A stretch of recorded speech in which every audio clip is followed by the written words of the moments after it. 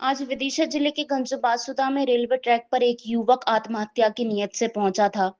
सामने से आ रही गाड़ी क्रमांक 12708 आंध्र प्रदेश संपर्क क्रांति को रोका गया, जिसका वीडियो सोशल मीडिया पर वायरल हो रहा है। युवक को आरपीएफ की सहायता से थर्ड लाइन से हटाया गया।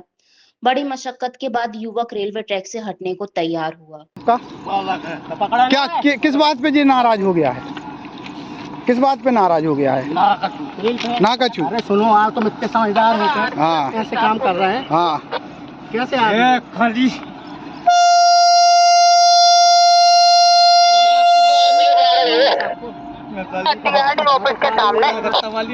भाई आएंगे वे काली माता और बे बाबा साहब 2708 चलेंगे। हाँ जिंद चला है 2708 बराबर। साथ साथ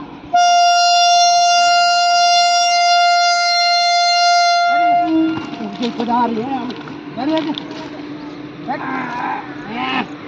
दादा पकड़ रहे जाको पकड़ो जाए।